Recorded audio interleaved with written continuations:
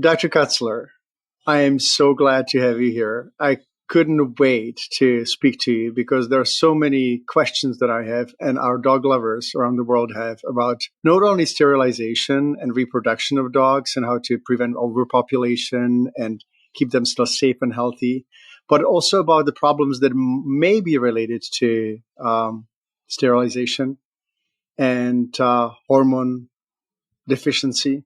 So tell us, how did your journey start early on? And you can start as early Sure. or as late as you wish. Thank you very much. It's very nice to meet you and have this opportunity to talk about this with your audience. I started on this journey probably like most veterinarians do. In veterinary school, we were pretty much taught that if it was a dog or a cat, they needed to be sterilized, surgically sterilized as early as possible. What that really meant was removing their gonads, because as many veterinarians know, most, if not all, of the uterus isn't removed when the female is sterilized. So really, we're just talking about removing the gonads. Since this is what I was taught in veterinary school, I didn't question it. Again, like most veterinarians, this is what we're taught. So we assume that's right. And then we just plunged ahead. Now, I graduated from veterinary school in 1993. And at that time, the recommendations by veterinarians were still to wait until a dog had gone through puberty or was, in that 6 to 12 month age. And some of that recommendation, I think, stemmed from the quality of anesthetic protocols that we had available. Of course, nowadays, the anesthetic protocols and anesthetic monitoring techniques that we have are so advanced that we can do general anesthetic procedures on very, very tiny pediatric neonatal even patients. But the reality is that the age of sterilization started to incrementally decrease to the point where it was considered quite common to sterilize pet dogs and cats, as early as 3 months of age, because the sooner the better. The shelter industry, anywhere weaning or older was considered the norm. So 5-week-old dogs and cats, sterilize them as quickly as possible so that there'd be no concerns about them, procreating. Of course, again, when I graduated from veterinary school, the recommendation was to wait. And even at that time, shelters would send certificates, right? Absolutely. I remember so that. When your dog was between 6 and 12 months of age, you would go to your veterinarian of choice and have the procedure done, for free. But essentially what's happened, at least in my opinion, shelter and welfare agencies have said, you as owners are an irresponsible lot, and we can't trust you to keep your pets from procreating. So we are going to then take that out of your hands, and we're just going to sterilize your pets as early as possible. And when we all believed that there was no harm in sterilizing them, then it made sense, I guess. Let's sterilize them as early as possible. Why not? If there's no harm, then why not? But with time, harm became evident. And what really clued me on this actually came in two parts. My husband's parents, so my in-laws, had Rottweilers. They didn't breed them. They just appreciated them as a breed of dog. And at one point, when I first met my husband, they had five adult Rottweilers living in their house. So it was a lot. a lot of dog. And over the course of a few years, incrementally, one died from cancer, and then another died from cancer, and then another died from cancer, and then another died from cancer. And pretty soon, all 5 of these Rottweilers had died over, what seemed like just a few years period of time. And I was really concerned. I thought, gosh, they live on a farm. Is the water polluted? If the dogs are dying, is this something that we should worry about for, human health? And right in this kind of same time frame, Dr. David Waters gave a plenary lecture at the Society for Theriogenology, and I was asked to moderate. His topic, was this, kind of the effects of ovaries on longevity in Rottweilers, and it didn't really dawn on me that this would be a topic that I would be interested in, because again, I had been taught all my life that you didn't need ovaries for anything if you weren't planning on breeding them. And I sat there as the moderator. You have to listen intently, just in case someone asks questions. You have to ask questions. And as he went on, I developed a pit in my stomach, and my heart started to sink. And as he was explaining what he was observing in Rottweilers, I was seeing in my family's dogs, and at that time, he hadn't the explanation of how the gonads were increasing longevity or sparing these dogs from developing cancer until later in life. That link hadn't really been established yet. All we knew was that the gonads were good, right? That there was harm if the gonads were removed. Subsequent to his research, others started to provide their data as well. Dr. Ben Hart is probably another good example of somebody who has really investigated the long-term health risks of removing the gonads, looking at musculoskeletal conditions and cancer as well. And so, again, with all of this kind of going on in the background, as a reproductive physiologist and really just as a physiologist in general, I became really interested in what the link was. We had already known that after dogs are spayed, there is an increased risk for them to develop urinary incontinence. Sometimes this is just referred to as spay incontinence or estrogen responsive incontinence.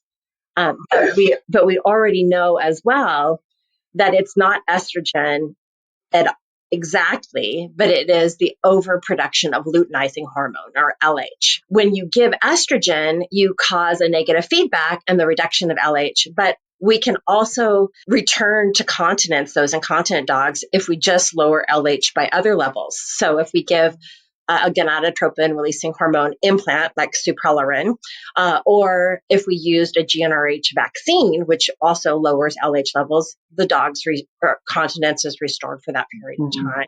That research initially with suprelorin was done by Iris Reichler in Switzerland, and her group had also looked at another albeit maybe not as significant as urinary incontinence, but another problem that we see in spay dogs, which is commonly referred to as puppy coat syndrome. Some people refer to it as alopecia X, but the skin and the whole hair follicle skin complex, what is referred to as the adnexa, have lots of receptors for LH. And what Dr. Reichler's group showed was that when the ovaries were removed and LH levels were high, what happened was the hair did not fall out at the appropriate time. So the hairs remained, there longer. So they didn't shed properly. That gave them this fuzzy hair coat. It's kind of fun to think your dog has a puppy hair coat, but not really when it doesn't shed and it mats and is unhealthy. They have skin problems. And then Dr. Reichler's group gave them, again, a suprelorin implant, a delzorelin implant to lower LH levels. And their hair shed out beautifully. And then as soon as the implant wore off, they developed puppy coat syndrome. So really proved Koch's postulate here that this is an LH problem, not an estrogen problem per se. So it sounds like you started getting first the clues at home with your partner's family and their dogs. And, I appreciate your situation because you really, obviously, you love the dogs and you knew them. And suddenly you as a veterinarian are not really having the answers to what's going on. So I can understand. I also really appreciate your integrity that once you realized that whatever you were doing or whatever we as a profession are doing was not right and that there was something going on, that you immediately started to search and didn't settle for the status quo. Right. And I'm sure that dog lovers around the world will appreciate it, because you're, in fact, the pioneer of this, or one of the pioneers of kind of giving us more information. And so just to backtrack a little bit, can you give our listeners and viewers your professional degrees and certifications that you hold? Of course. I have a Bachelor of Science in Veterinary Science and a Doctor of Veterinary Medicine, both from Washington State University. I hold a PhD in physiology from Cornell University. I'm a board certified theriogenologist, which is a veterinary reproduction specialist. And I most recently earned a MBA in organizational leadership from Oregon State University, where I currently am employed. So you're a little bit of a Da Vinci of veterinary medicine. You like many interests and so on. I can relate. They say that one of the joys of life, or one of the aspects of life that makes people happy, is actually learning. And I can see that you definitely love to learn. Speaking of hormones, can you give our dog lovers a simplified idea how the hormones work, from the hypothalamus to pituitary gland and the sex glands or hormones? Yeah, absolutely. And I know that I rattle off these hormones like I've been, saying them all the time, which of course I have, but the master hormone that regulates all of reproduction is produced by the hypothalamus, which is kind of the more primitive area of the brain. Even, very low invertebrates have a hypothalamic-like organ. And the hypothalamus secretes lots of hormones, but the one that is involved with reproduction is called gonadotropin releasing hormone. This hormone, which is just abbreviated as GnRH because it's such a long word, travels through enclosed circulatory pathway in the brain. It's called the portal circulation between the hypothalamus and the pituitary gland. And so GnRH binds to receptors in the pituitary gland and causes the pituitary gland to release either luteinizing hormone or follicle stimulating hormone. Those are the gonadotropins that the GnRH releases. The pituitary gland is part of the brain, but it's kind of slightly outside of the main part of the brain, if you will. It's actually located just above the roof of your mouth. Not that has anything to do with what we're talking about. And it produces lots of things. It produces hormones that regulate cortisol release, thyroid hormone release. It's regulated in melanin production, so skin tone, many hormones. But of course, we're talking about gonadotropin releasing hormone and the hormones it releases, and luteinizing hormone is one of those. So luteinizing hormone, after it is released from the pituitary, it goes into your general circulation, and it binds to receptors. That's kind of the way hormones work. If you think of a hormone like a key and a receptor like a lock, when the hormone binds to its receptor, it's like the key unlocking the door, and then you open the door and kind of see what's going on. Well, that triggers the cell to do whatever that cell was intended to do. In the reproductive tract, when LH binds to its receptors, it causes estrogen production or testosterone production. And it also causes some other things in the reproductive tract that support reproduction as a whole. I think for the longest time, people thought that receptors for luteinizing hormone were restricted to the reproductive tract because physiologists have understood this feedback cycle that exists and have known for more than 7 decades that if you remove the gonads, LH levels rise significantly and remain significantly elevated for the rest of that animal's life. Kind of the belief was that if there weren't any doors to open, it doesn't really matter how many locks you have, right? But now we know that there are LH receptors all over the body. There are many doors. There are many doors all over the body. Yes, many doors that are opened. And I talked about those ones that are on the bladder that result in incontinence in some female dogs. I talked about the ones that are in the skin, which can result in Itching. allergic dermatitis, abnormal shedding patterns, a whole number of skin-related issues, alopecia. Yes. But there are also LH receptors present in the thyroid gland, in the pancreas. How about bones? Bones, yes, on a subchondral bone, on ligaments, on white blood cells, specifically lymphocytes. These are the white blood cells that produce antibodies and are the ones that actually, respond to antigens, bacterial, viral antigens that an animal, that we might be exposed to. Mm-hmm. And it's the LH receptors present on lymphocytes that got me really intrigued. And that's kind of one of the more interesting parts of my current research is how high levels of LH trigger the development of a cancer called lymphoma, which is essentially the cancer of lymphoid tissue, or more specifically, lymphocytes. When you look at this, we basically sterilize the conventional way. We basically take away the doors that are the most significant for the hormone to affect. And suddenly the hormone is trying to find another door to open, right? Door. This can cause all sorts of different issues and reactions all over the body.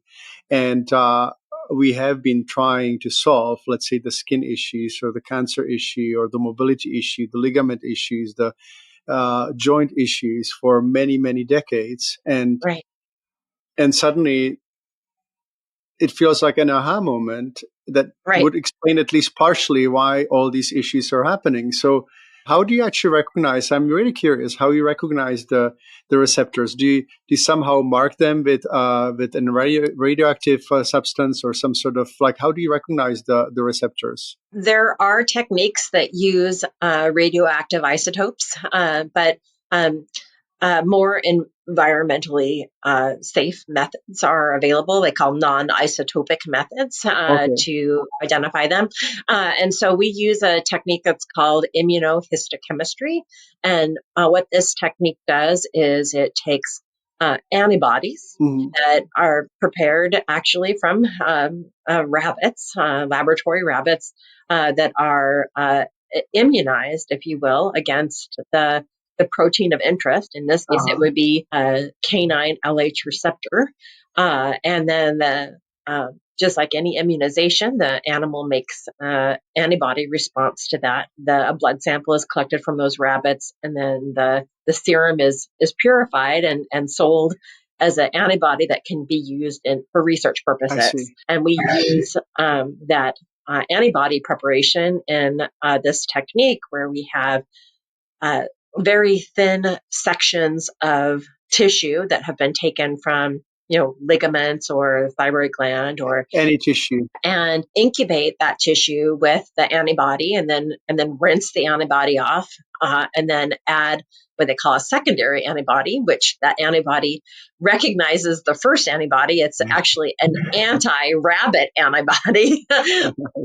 After you rinse that off really well, you incubate that with a marker that recognizes a special protein that has been added to the secondary antibody. And then after you do all these things, when you look at the tissue sections under the microscope, the cells that have LH receptors are shown as red, or I say red, but it's really more like rose. Okay, pinkish. Not like a bright red. In order to identify the rest of the cells in the tissue, we use a counter stain. Our lab uses hematoxylin. It's a blue stain. So you have everything staining light blue, and then anything that's staining red or pink. Those would be the cells that have LH receptors. How did you feel when you discovered that all these receptors are all over the body, and that us castrating and spaying animals may be causing serious problems? How did you feel? And when was it? How long ago was it? Right. So, I wish that I could say that I was, the first to discover that these receptors were outside of the body. But the reality is that most of the initial work has been done in humans and in laboratory animals. And we were the first to show that LH receptors were present in lymphocytes in dogs, but that had previously been shown in humans and in rats. So the fact that we confirmed that it was also true in dogs wasn't such a big jump. I mean, it just hadn't been shown before. We were the first to show that there were LH receptors in the thyroid tissue of dogs, but that had been previously shown in humans because women, after they go through menopause, also have very high levels of LH and are very more likely to develop hypothyroidism. And so this link to high levels of LH and hypothyroidism had already been shown in women. Our hypothesis was that we would see this, and of course we did. Yes. So we were the first to show that there were LH receptors in ligament tissue, but that has subsequently been shown now in other species to confirm our research. And so how does it make me feel? I mean, I don't think I'm particularly happy about it. I would be certainly happier if there weren't LH receptors in all these other tissues, because there are billions of dogs and cats worldwide that have been that suffer from high levels of LH, and I can't treat all of them. I can't help all of them. All I can really do is explain that removing the gonads causes harm. All right, it's not this harmless surgery that we all thought it was previously. And owners, if they are making the decision to, electively have this surgery done, need to be explained what these potential side effects are. Yeah, right. Because, what I see, I do relief work at a local VCA practice. I like to keep my toe in the game, if you will. Leave the university for a while and see how it is to be a regular veterinarian. And I've seen that case where the puppy was sterilized early. Let's say they got it from a humane society, and it's happy. And then over the course of the next, 6 months, it starts to develop some anxiety issues. And, before it's a year old, we've already got it on fluoxetine, Prozac, an anxiety medicine. Yeah. So even behavior, maybe, are the receptors also found in the brain? Oh, there are. Yes. So in the hippocampus and the amygdala. So, two areas of the brain that are really involved with that fight or flight response. Yes. There are lots of LH receptors there. Wow.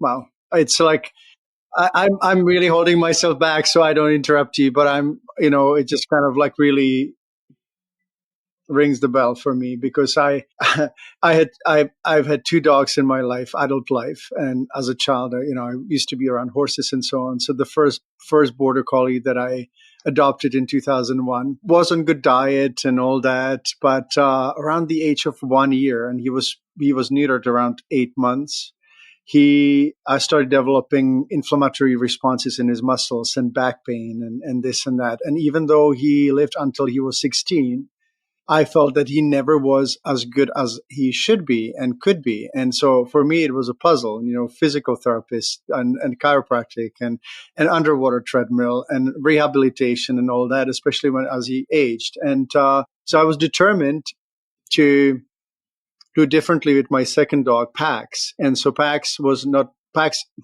just to give you a little bit of background, I'm a sleepwalker. And I sleepwalked through glass door. Oh, my goodness. And I almost died by cutting one of my major arteries in my leg and lost 3 liters of blood, which is like 3/4 of a gallon or something like that. And so I actually have border collies to actually prevent me from walking through glass again. And so this dog grew up amazingly well, 18 months, strong, robust, good skin, good, healthy, like amazing. Like I was just so happy. And then it came to the point where the training agency told me, if you want to certify your dog, you have to neuter your dog. Plus, he was also cryptorchid. I had 2 challenges. I knew that I didn't want to neuter him, but in order for him to get certified, I had to neuter him. And in order for me to be able to travel with him humanely, again, I needed to neuter him. And he was also cryptorchid. So I neutered him. And first, I kind of decided to ignore the signs. of him deteriorating. And then he injured his psoas muscle and couldn't really go to the beach and run and do what he loves to do, because he loves to fish and run the beach, and I like to swim. So suddenly that became really hard for us. And, over time, like I basically said, okay, let's rest him and just do everything. And, acupuncture, physio, chiropractics, everything. And 2 years later, I have a dog that still can't go to the beach, that gets injured often, that goes through periods of unexplained, he's got good skin and coat, but unexplained itching, where I go like, I have no idea what's going on. And his little friend, who is about a year younger, the same thing happened to her, different breed, different background, and the same thing happened to her. So, when I came across your research and also Dr. Linda Brent's research, and just kind of started to put the pieces together and remembering all the cases from the past 30 years of me being a veterinarian, I go, oh my goodness, like we are really onto something. And I actually blame myself a little bit, because I talked to Dr. Karen Becker, who's my friend, and we talked on that topic a little bit some time ago, but it didn't really dawn on me until this year. Connect. Yeah. I guess the questions that I will have, and I know that we will have to make this at least 2 parts, or maybe 3 parts. So, because I'm sure that our listeners and viewers will also want to know all the details and know as much as we can pass on and as you can pass on. We have several tasks here. First, how do we deal with the dogs that have not been sterilized yet?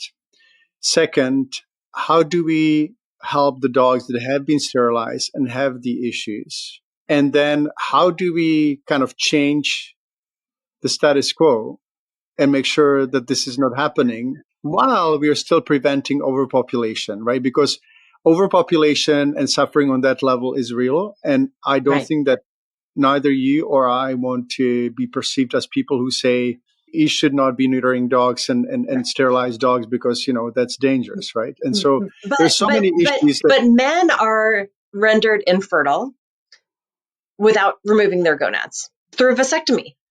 Exactly. Right. And that procedure is easily done in dogs, and we can do that at 6 weeks of age. Exactly. So at the age that they would go into, leave a shelter. And the same thing with female dogs. We can do a hysterectomy on them, remove their entire uterus. Mm-hmm. They can't get pregnant. They can't develop an infection in their uterus, a pyometra later on.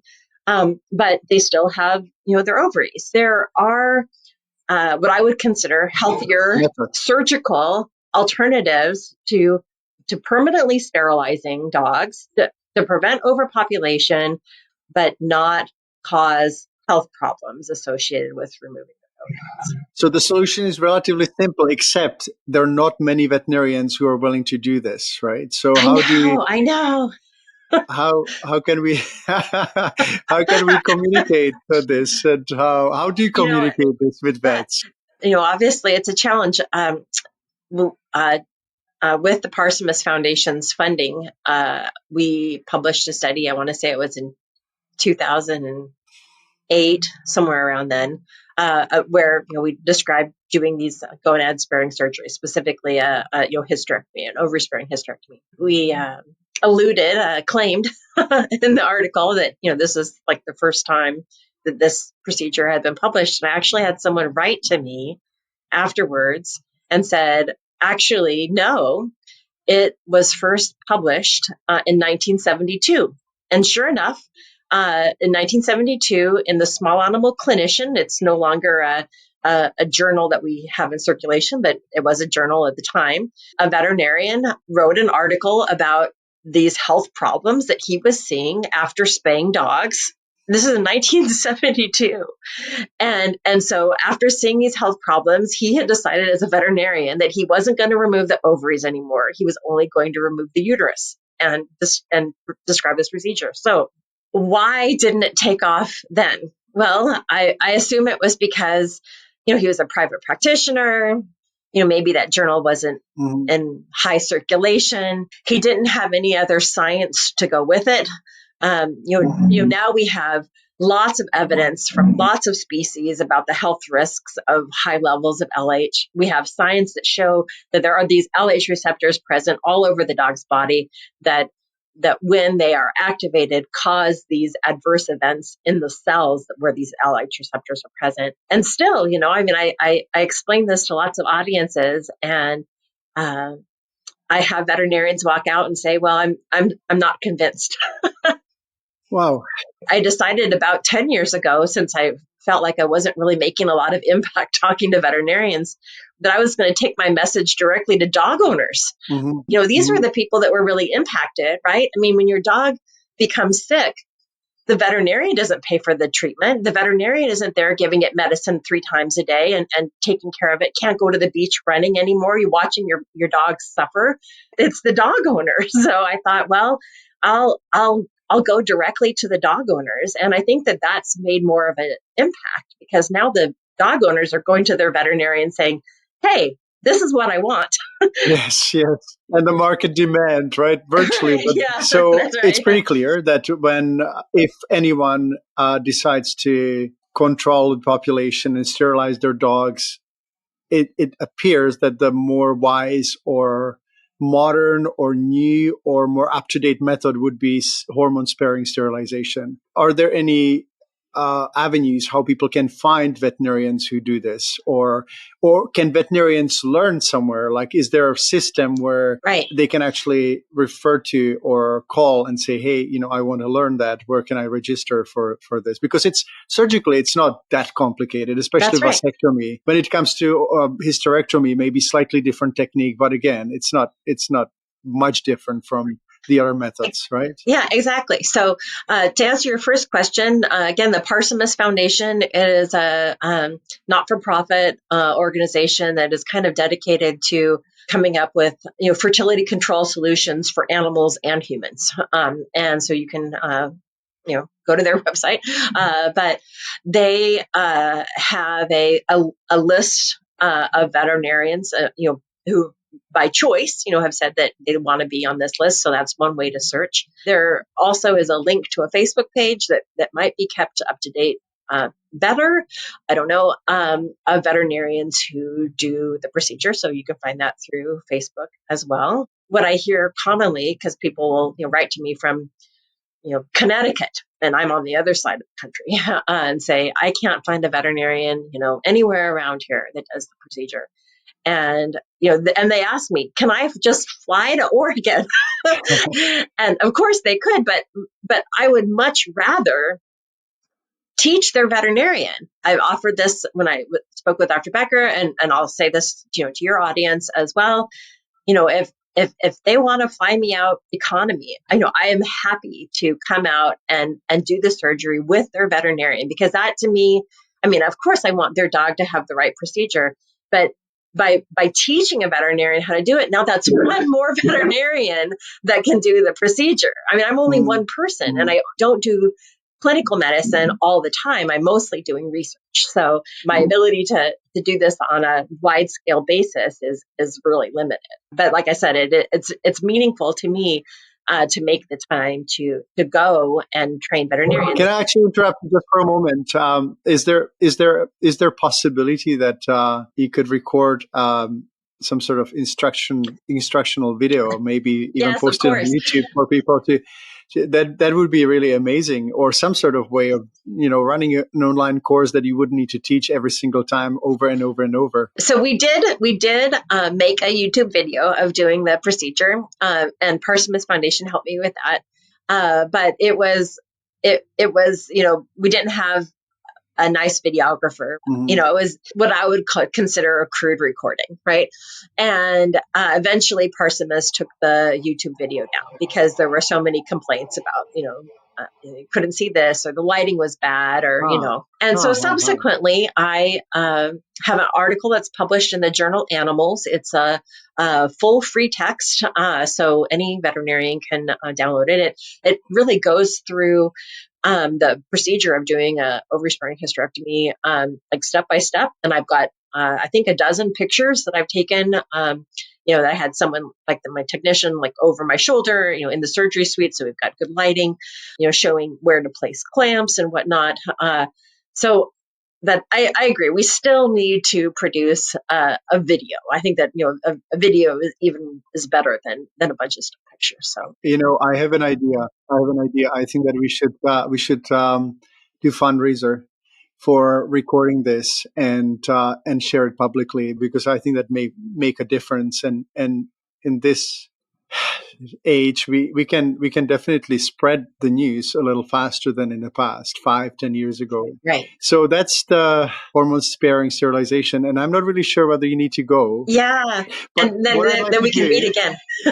let's do it really, really soon, because I think that people would not forgive us if we don't continue the conversation Part and 2. talk about the dogs that actually have been spayed and neutered, Right. and what to do for them and how to help them, because there are many of them suffering Yes. from a number of conditions, from, as you said, skin issues, ear issues, digestive issues, to cancer. And Right. and there's such urgency for people to solve these problems. And I'm one of those people who actually have been dealing with dogs that have had the same problems, absolutely clueless, thinking if I do nutrition, exercise, if I reduce drugs, and if I minimize the over vaccination or something like that, they'll be fine. Right. And I learned the hard way that it is not true. And it's humbling, but it's also learning. And learning, Right. as we know, brings us happiness, that we can make a difference. So let's continue, okay? That sounds great. Thank you so much for today. You're welcome. And part 2 is coming very, very soon, you guys. So thank you so much, and have a wonderful afternoon, okay? Take care. Bye-bye.